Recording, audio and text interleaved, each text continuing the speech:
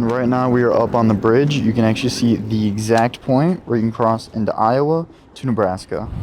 They got a little strike a pose where you can stand in 2 states at once.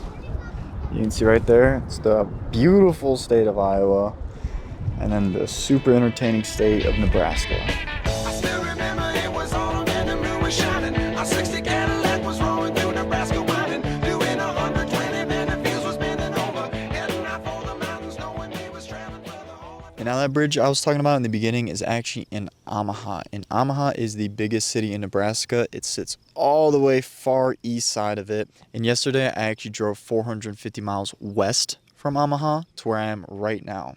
The drive itself was absolutely beautiful. I got to see some corn. The roads were really good. There was a really cool cloud that I saw. And I saw some lightning, too. Absolutely thrilling state. Before I'm at right now, this is, no sarcasm, absolutely beautiful. I'm in the Nebraska Sandhills right now. This is in like the northwestern section of Nebraska. And it's just hills. But they look like sand, but they're not actually sand. But it's insanely quiet out here. I've actually been camped out at this spot for an entire day now. No one's bothered me. I'm actually right by the highway. Barely anyone's on the highway. That's it for this spot. Next up, we are going to Carhenge. And now we have made it to Carhenge. Now this is of course a play on the mysterious Stonehenge, but it's just cars. And all the cars that they used range from the 50s all the way to the 70s.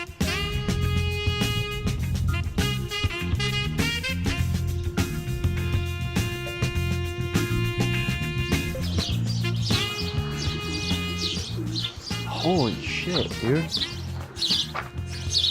There's birds everywhere in here. And they got pigeons living up there. What's up? Oh, and they still got the engine and everything in here though.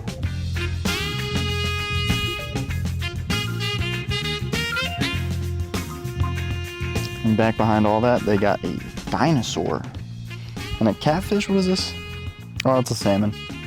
I was wrong. And they also got these 4 cars that are buried in the ground. I'm pretty sure these are part of the Stonehenge too. I just forgot what part. Now that's gonna be it for Carhenge. It was a nice little quick stop, but we're gonna head somewhere that's a lot more important, especially for the history of America.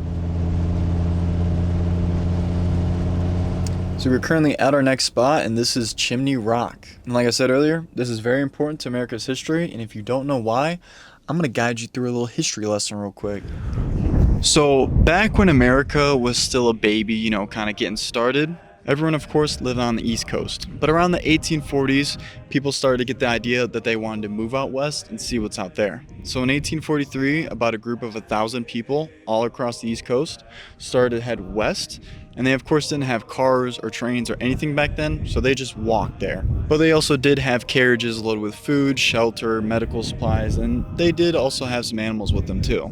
But no matter where you started on the east side, everyone would eventually go through the plains of Iowa and Nebraska, and after going through that a while, everyone would end up here at Chimney Rock. And of course, after moving through the plains for so long, kind of just see the same thing over and over and over. So this was a very nice change of scenery. And it also kind of acts like a symbol of hope to what's going to come on the west side, but it also is a warning because after this, you got the Rocky Mountains up ahead. And after people finally settled down in the west, word got out there was actually gold in California. So around 1849, a gigantic rush of people came out. I think around 500,000 people actually came to the west side from 1840s to the 1860s. And typically it would take them around 4 to 6 months just to make it from the East Coast to the West Coast. And now from Chimney Rock, if you went about 20 more minutes down the trail west, you would get to Scotts Bluff. And this was probably more important than Chimney Rock because it kind of did the same thing, but it just looked so much cooler and better. Also, another thing it did, it actually choked off everyone that came through here because they had to pass through this little valley. Oh my fucking God, there's a snake right in front of me. Holy shit. What the? Oh my God. It wasn't rattling or anything. Dude, I'm I'm not even joking. I was probably a good like foot away from that thing. Oh my God. Okay. Oh my, dude, I forgot what I was saying now. Yeah, they got choked off of this valley. And then from here, if you kept going west, you'd either head for Sacramento, San Francisco, or Portland. Now, Scotts Bluff isn't just filled with history, it also has some really good hiking opportunities too. So after almost stepping on a snake, that's what I decided to do for the rest of the day.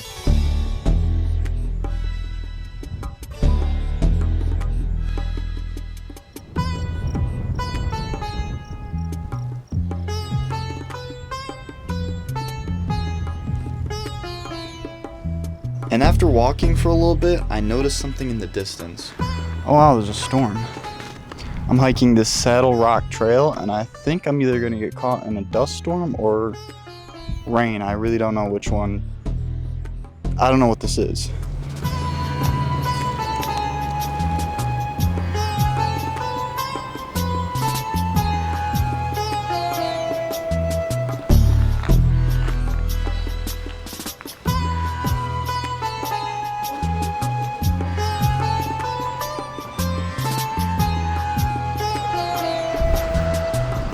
Yeah, so it is a dust storm. It's getting all in my mouth and my eyes too. I wish it was a rainstorm.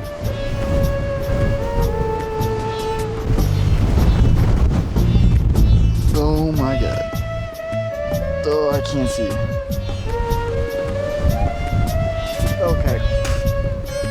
Okay, this is okay. This is getting bad. If I go towards the wind, I can't even open my eyes because there's just sand in them.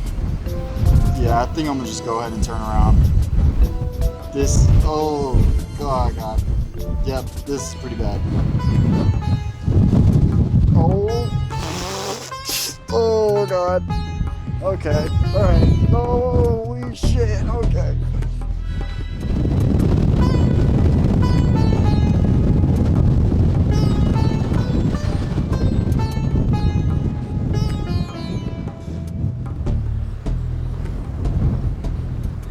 That was an adventure. I've never been in a sandstorm before. Kind of painful. I had sand all in my eyes. Well, that's it for the Scotts Bluff, Chimney Rock area. Next up, I think I have 80 miles.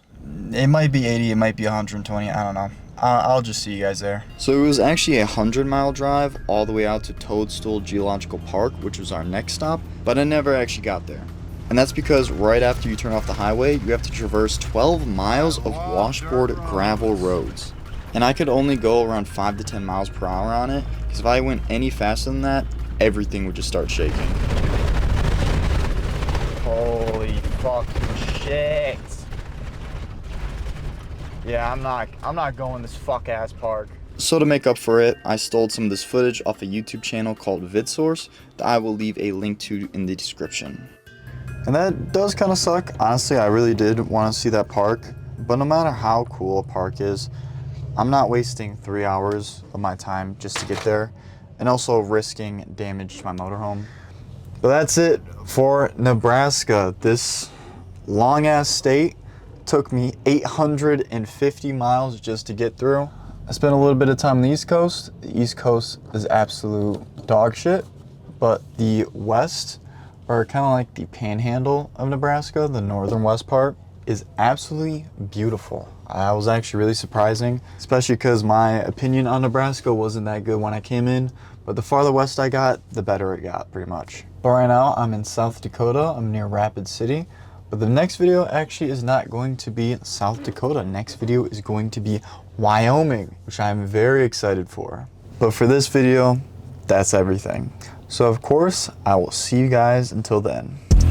You would think I'm standing outside, how I'm going in, jumping out the gym while they rolling on the lowered rim. Graduation days, I was coming for the glory then. Blessings rained in, pouring in. I need more of them, yeah, give it up, send it up.